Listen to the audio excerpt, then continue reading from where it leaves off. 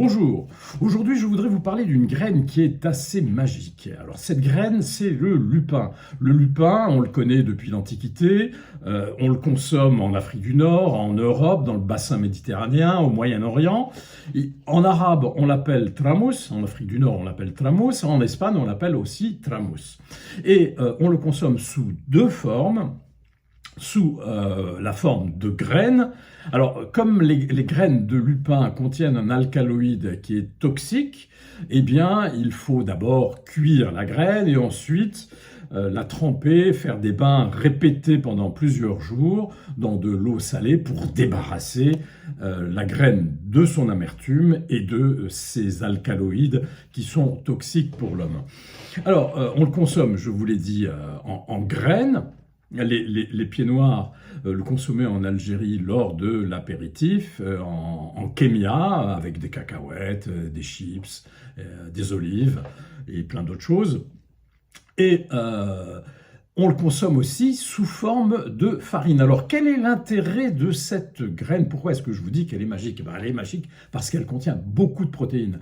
Vous savez qu'on se pose de plus en plus de questions sur faut-il continuer ou non à manger de la viande, parce que la viande, d'abord, ça coûte cher, et ensuite, sur le plan écologique, c'est très polluant. C'est-à-dire que le bétail produit du méthane, et le méthane est un gaz à effet de serre qui majore donc le réchauffement climatique. Donc, ces graines qui sont des légumineuses permettent d'apporter beaucoup de protéines, plus que le soja, plus que les lentilles et plus que certaines viandes telles que le veau par exemple.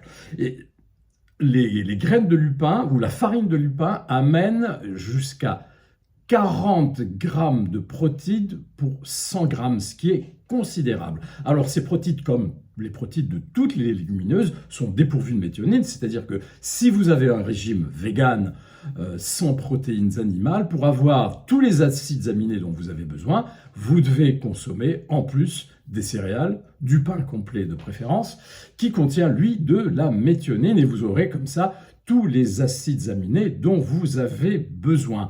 Alors, deuxième chose, cette graine de lupin ou cette farine de lupin contient des fibres, elle en contient beaucoup, jusqu'à 20%, 20 grammes pour 100 grammes.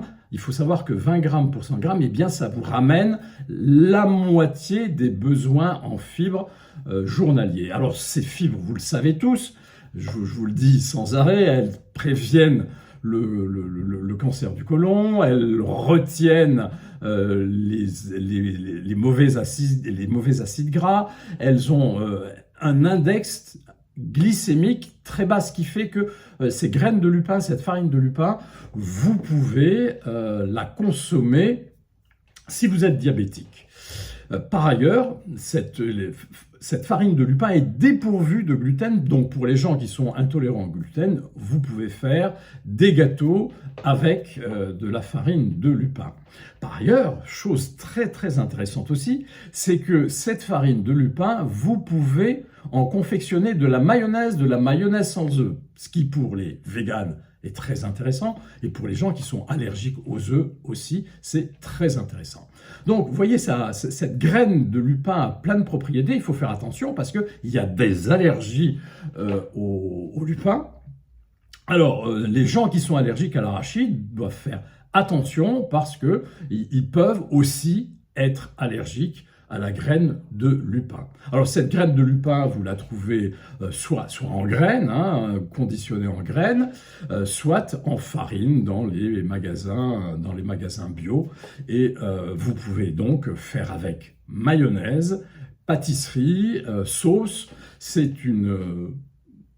vraiment une poudre, cette farine est très intéressante.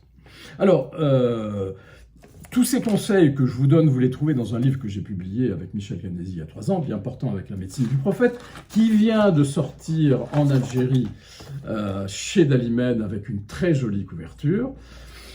Merci de m'avoir écouté et bonne fin de journée.